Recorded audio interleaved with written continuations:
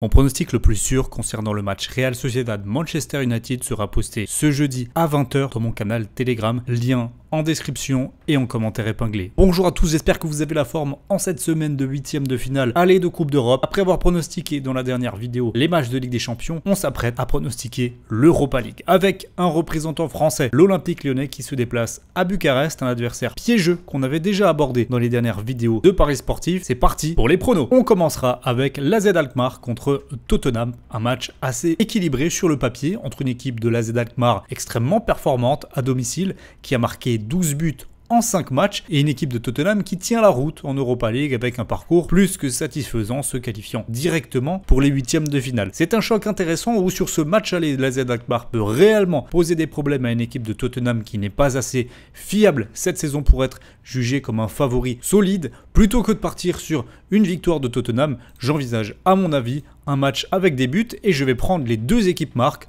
dans l'optique où je sens que les Hollandais à domicile sont largement capables de trouver la faille face à cette équipe de Tottenham assez irrégulière et en manque de fiabilité. On va parler ensuite de notre club français, donc l'Olympique Lyonnais à Bucarest, et attention, puisque c'est une équipe qui est assez impressionnante, c'est un outsider de la compétition, 2 défaites seulement en déjà 10 matchs disputés, c'était contre les Rangers et Manchester United, ils sont sur une série, toute compétition confondue, de 8 matchs sans défaite maintenant, donc c'est un adversaire qu'il ne faut pas prendre à la légère, du moins sur ce déplacement en Roumanie. On avait déjà parlé de Bucarest lors des dernières vidéos, et j'ai été impressionné au moment d'analyser cette équipe qui jouait en barrage face au PAOK par leur parcours, par leur régularité et par leur solidité quand même. C'est une équipe qu'il ne faut pas prendre à la légère comme je l'ai déjà dit et je pense qu'ils vont bien figurer contre Lyon. Une équipe de l'Olympique Lyonnais qui est quand même assez spécialiste des déplacements en Europa League puisqu'ils sont sur une série de 11 matchs sans défaite à l'extérieur dans la compétition. C'est quand même assez parlant. Ils ont plus d'expérience, évidemment, que Bucarest, qui, il me semble, ça fait 12 ans qu'ils n'ont plus passé une phase de poule de Coupe d'Europe. Donc Lyon est favori, mais attention, je les vois quand même se faire surprendre au niveau de leur cage dans ce match-là. Et le pronostic le plus logique ici, ça va être le but pour les deux équipes. On continue et on part en Turquie avec Fenerbahçe qui affronte une équipe des Rangers dans le dur en ce moment. C'est pas du tout le cas de Fener qui est sur une série de 18 matchs toutes compétitions confondues sans défaite. Et nul doute que le club va conserver cette série d'invincibilité ici, sachant qu'ils ont remporté 8 des 9 derniers matchs à domicile, un nul, dont durant cette série une victoire 3-0 contre Anderlecht lors du tour de barrage, le tour précédent. C'est plus compliqué pour les Rangers qui sont dans une période instable avec un entraîneur intérimaire qui était furieux après la défaite 2-1 de son équipe le week-end dernier à domicile contre Motherwell. Donc on a une équipe en crise de résultats, en crise de confiance ici. On devrait avoir un avantage logique à Fenerbahçe. Attention juste quand même aux Rangers qui est capable de venir prendre le nul à l'extérieur. Je vais prendre Fenerbahçe au nul et plus d'1,5 but pour un pronostic somme toute assez solide. Real Sociedad Manchester United, donc ça, ma cote à 6,75, elle sera disponible dans mon canal Telegram. Faut savoir que la Real Sociedad est sur 2 défaites consécutives sans marquer contre le Real et contre le Barça. Là, ils vont affronter l'un des plus grands clubs du monde sur le papier, mais qui, dans les faits, n'en a pas trop l'allure, puisqu'ils sont sur une série très négative. C'est marrant parce que c'est la 3e fois en 5 saisons que ces deux équipes se rencontrent en Ligue Europa. Et c'est un match que la Real Sociedad n'a pas trop aimé, puisque lors des 3 derniers affrontements à domicile, ils n'ont pas réussi à marquer. Un nul, 2 défaites. Ils sont quand même sur une très belle série à domicile globalement, la Real Sociedad. Ce ne sera pas une partie de plaisir pour United qui s'est fait éliminer en FA Cup contre Fulham le week-end dernier. 3e défaite sur les 6 derniers matchs, toutes compétitions confondues. Ça accentue encore vraiment la pression sur Ruben Amorim. Mais il y a quand même quelque chose qui me plaît sur cette équipe de United en Ligue Europa, c'est qu'ils ont la moyenne de tirs la plus élevée de la compétition, 18,8 tirs par match. Personne ne fait mieux. United n'a perdu qu'un seul de ses 8 derniers matchs européens à l'extérieur contre des équipes espagnoles. Voilà, je vous ai donné pas mal de choses intéressantes sur ce match. On va continuer avec l'Ajax contre Francfort, un match qui devrait, je pense, tourner à l'avantage des locaux. Une équipe de l'Ajax qui a soufflé le chaud et le froid durant la phase de groupe mais qui a quand même réussi à se qualifier. Ils ont fait qu'un seul match nul, ils ont comptabilisé mine de rien seulement 4 victoires en 8 matchs. Il y a eu une série de 3 défaites entre le 28 novembre et le 23 janvier qui avait été assez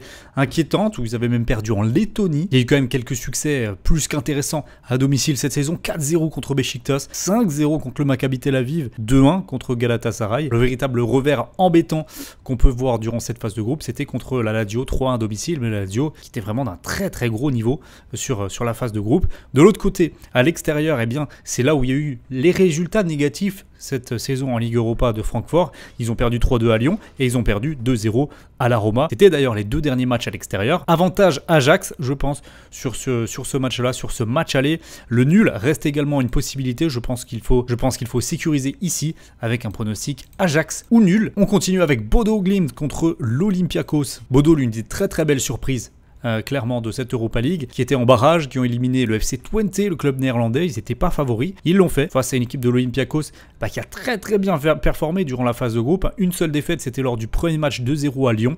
Sinon, ils ont vraiment super bien performé, et même à l'extérieur, ils gagnent notamment à Porto. Ils ont fait le nul 0-0 à Bucarest, adversaire de l'Olympique Lyonnais d'ailleurs. Ils ont gagné 1-0 à Malmö également. Donc tout va bien pour l'Olympiakos, qui reste en plus en championnat sur une très belle forme. Ils n'ont pas perdu depuis le 27 octobre. Donc clairement ici, eh bien l'Olympiakos s'avance en favori dans la double confrontation. Attention quand même, puisque les Norvégiens ont eu des beaux résultats à domicile cette saison. Ils ont battu notamment Porto 3-2, Beşiktaş 2-1, Tel Aviv 3-1, et donc lors du dernier match 5-2 après prolongation contre Twente pour se qualifier. Donc des prestations extrêmement solides pour Bodo, qui devrait pouvoir poser des problèmes à cette équipe de l'Olympiakos. C'est pas un match facile, c'est pas un pronostic évident ici. Honnêtement, les deux équipes ont leur chance, et je pense que le pronostic le plus logique ici, ce sera de partir sur le but pour les deux équipes. On va continuer et partir en Italie avec la Roma qui joue contre l'Athletic Bilbao. Bilbao qui est vraiment très très en forme cette saison. Ils étaient sur une série impressionnante avec aucune défaite depuis le 6 octobre avant de perdre le week-end dernier 1-0 contre l'Atlético Madrid à l'extérieur, mais avec pas beaucoup de réussite. Il y a eu une fameuse action où il tire sur le poteau et sur la barre. Dans la même action, c'était assez fou. De l'autre côté, la Roma va très bien. Aucune défaite depuis le 15 décembre. C'est rare de voir la Roma avec une si belle série d'invincibilité. Ils ont d'ailleurs gagné leurs 4 derniers matchs. C'est impressionnant en championnat. Du point de vue de l'Europa League, c'est bon aussi, avec 2 défaites seulement. Parcours quasi parfait à domicile, où ils ont perdu aucun match cette saison. Et ils ont notamment battu l'AS Roma lors du match de barrage 3-2 dans leur stade pour se qualifier. D'ailleurs, ils ont gagné 4 de leurs 5 matchs d'Europa League cette saison à domicile. Le seul qui n'ont pas gagné, c'était contre Bilbao,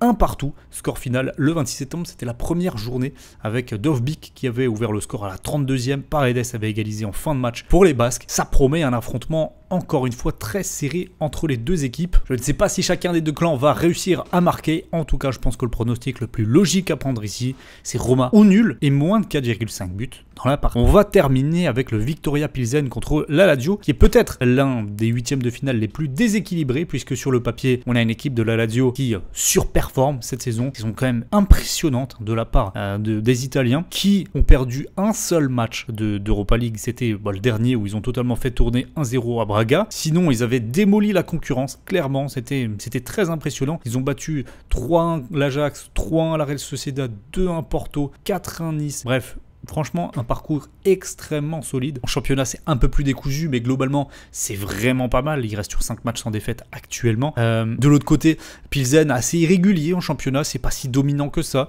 Ils ont battu en barrage Ferencváros en s'imposant 3-0 à domicile au match retour. D'ailleurs, sur toute la compétition à domicile, ils ont perdu qu'une seule fois. C'était contre Manchester United, à 2-1, où ils s'étaient fait renverser. À la 48e, ils avaient ouvert le score avant un doublé de Rasmus Højlund qui a donné l'avantage aux Anglais. Donc, qui ici, du côté de la Lazio, pourrait renverser ce match-là, pourrait donner un avantage?